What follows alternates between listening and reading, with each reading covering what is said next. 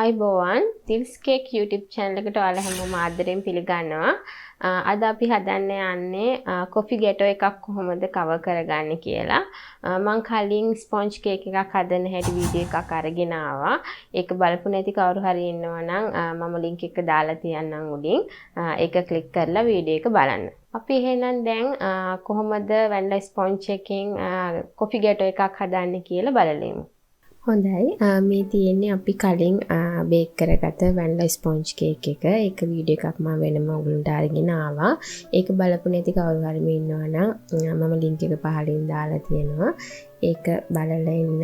අපි දැන් හදන්න යන්නේ මේ වැනිලා ස්පොන්ජ් එක භාවිතා කරලා කොෆි ගැටෝ එකක් කොහොමද හදන්නේ කියලා. මම මුලින්ම මේ ස්පොන්ජ් එකේ උඩ කොටස කපලා ඉවත් කරගන්නවා. මොකද වැනිලා ස්පොන්ජ් කේක් එකේ අපිට ඒ කොටස අවශ්‍ය නැහැ. ඒ නිසා අනිවාර්යයෙන්ම උඩ කොටස ওই විදිහට කපලා ඉවත් කරගන්න ඕනේ. ඒ වගේම මේ විදිහට කේක් එකේ අනිත් පැත්ත හරවලා තමයි අපි අයිසිං කරන්නේ.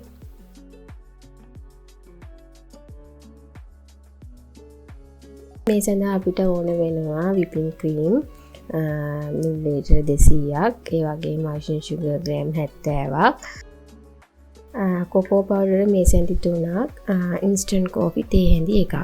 මම මෙතෙන්දී instant coffee වලට උණු වතුර තේ හැඳි එකක් විතර දාලා පොඩ්ඩක් දිය කරගෙන තමයි තියෙන්නේ. ඒ වගේම දැන් මේ අපි ගත්ත whipping cream එක ස්පීඩ් එක වැඩි කරලා අපි වේගයෙන් හොඳට බීට් කරනවා. හොඳට මතක තියාගන්න මේ whipping cream එක අපි බීට් කරනකොට මේ ගන්න බෝල් එක බීටර් හුක් හැම එකක්ම හොඳට වීලි වෙන්න ඕනේ. වතුර චුට්ටක්වත් තියෙන්න බෑ. නැත්නම් ඒකේ වතුර මොන හරි තිබුණොත් අපිට මේක හරියට හදාගන්න බැරුව යනවා. ඒ නිසා ඔයගොල්ලෝ ඒ ගැන හොඳ සැලකිලිමත් වෙන්න. මේ විදිහට විනාඩි 3-4ක් අපි වේගෙන් බීටරේ වැඩිම වේගෙන් දාලා මේක බීට් කරගන්නවා. දැන් අපි මෙතෙන්දී icing sugar ටික එකතු කරගන්නවා. ඔයගොල්ලන්ට icing sugar එකතු නොකරගෙන මේක හදන්නත් පුළුවන්. icing sugar එකතු කරොත් පැණි රස ගතිය ටිකක් එනවා. නමුත් සමහර whipping cream වලට icing sugar එකතු නොකරත් අපි හදා ගන්නවා.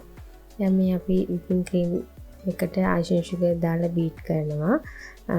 කොකෝ පවුඩර් උත් අපි එකතු කරගෙන බීට් කරනවා. අන්තිමට තමයි අපි කොෆි ටික එකතු කරන්නේ.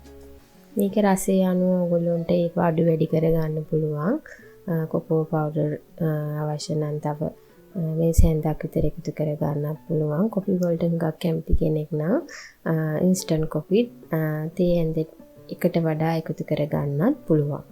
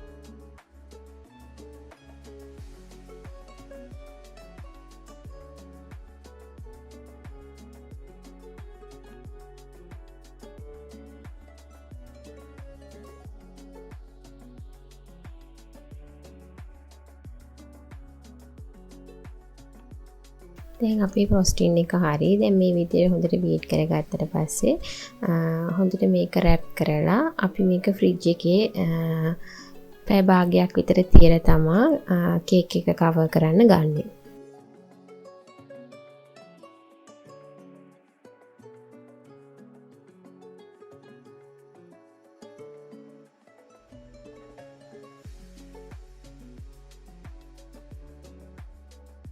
දැන් මම මේ කේක් එක ලේයර්ස් 3කට කපා ගන්නවා.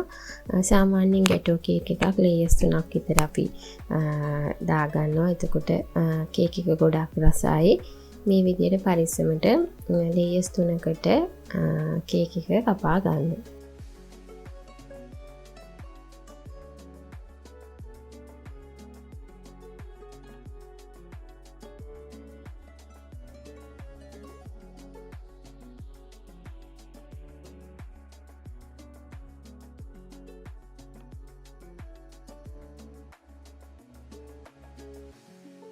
දැන් මේ ඔයගොල්ලන්ට පේනවා ස්පොන්ජ් කේක් එක හරිම ලස්සනට තියෙනවා.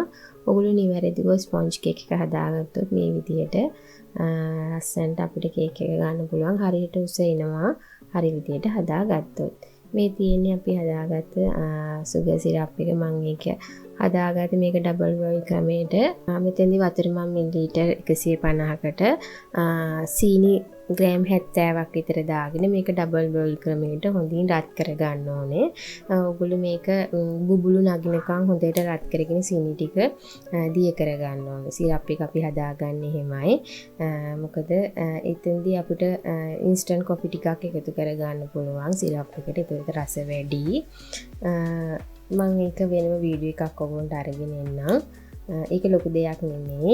ඉතින් මේ විදිහට සිරප් එක හදාගත්තට පස්සේ ඒක හොඳට නිමුණාට පස්සේ තමයි අපි කේක් එකට එකතු කරන්නේ. ඔයගොල්ලෝ දන්නවා රස්නේ පිටින් කිසිම දෙයක් අපි කේක් වලට එකතු කරන්නේ නැහැ. මොකද එතකොට ඉක්මනින් කේක් එක නරක් වෙන්න බලනවා. සිරප් එක නිමුණාට පස්සේ තමයි අපි මේ විදිහට කේක් එකට සිරප් ටික එකතු කරගන්නේ.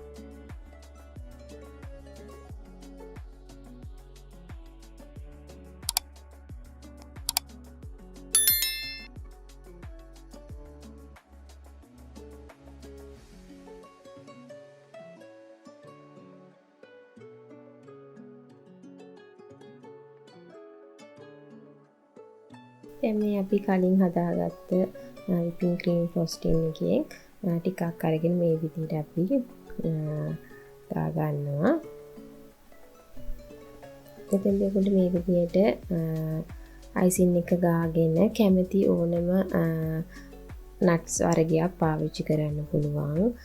ආමන්ඩ් හෝ රට කජු ඕන දෙයක් ඔයගොල්ලෝගේ රසය අනුව එකතු කරගන්න.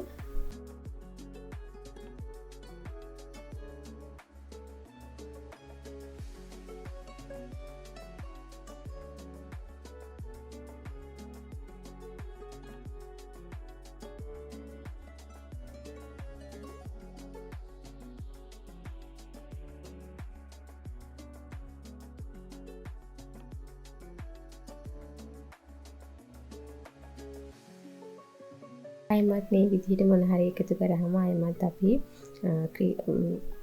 whipping cream එකෙන් චුට්ටක් මෙහෙම ලේයර් කර ගන්නවා. නැත්නම් කේක් එක කැපුවාම අපි දාගත්ත nuts ටික වැටෙන්න පුළුවන්. ඒ නිසා මෙහෙම එකතු කරගත්තට පස්සේ අයමත් එක ලේයර් එකකින් කේක් එක කවර් කරගෙන ඉන්න.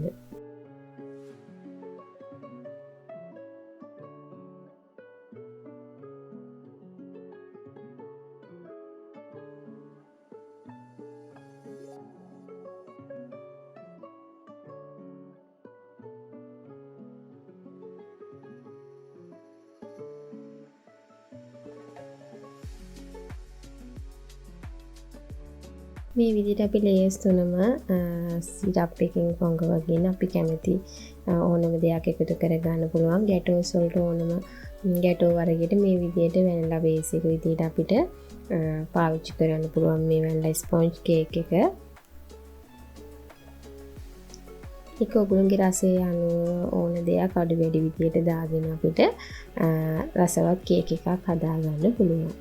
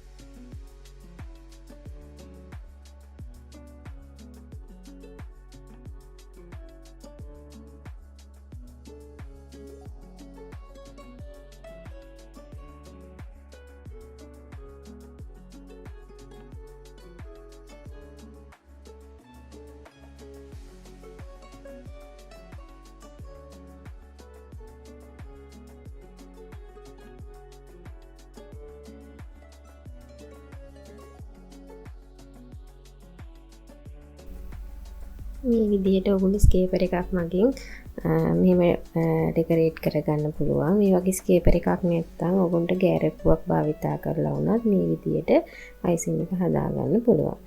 මම මෙතනදී ගනාශ එක හදන හැටි ඔයගොල්ලන්ට වීඩියෝ එකක් ගෙනාවේ නැහැ. මම ඒක වෙනම වීඩියෝ එකකින් අරන් එන්නම්. ඔයගොල්ලෝ කැමති නම් මේ විදිහට චොක්ලට් ගනාශ් ටිකක් දාලා ලස්සන කරගන්නත් පුළුවන්.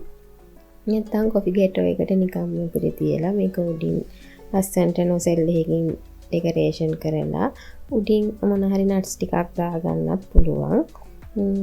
ඉතින් මේ විදිහට තමයි කොෆි ගේටෝ එක මම නිර්මාණය කරේ.